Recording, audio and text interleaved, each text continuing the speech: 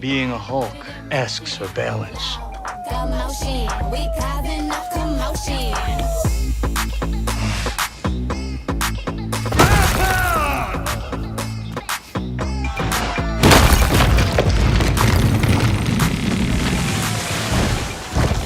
It's easy.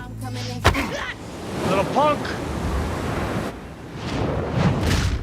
So I'm clearly nailing it at all of these things. When am I ever going to use this as a lawyer? Jen, when you have powers like this, it's like putting a target on your back and the backs of all the people you care about. Oh, cool. Yet another way my life is ruined. Thanks, Bruce. All right, all I've been doing is showing you the downsides of being a Hulk, but there are a few upsides. Our bodies metabolize alcohol at an incredibly fast rate, which means that we can drink so much and not get drunk.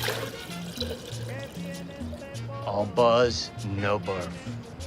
That's good.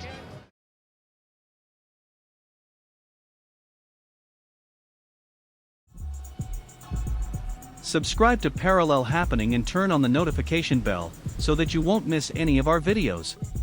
Click here for our latest video and click here for more videos like the one you've just watched.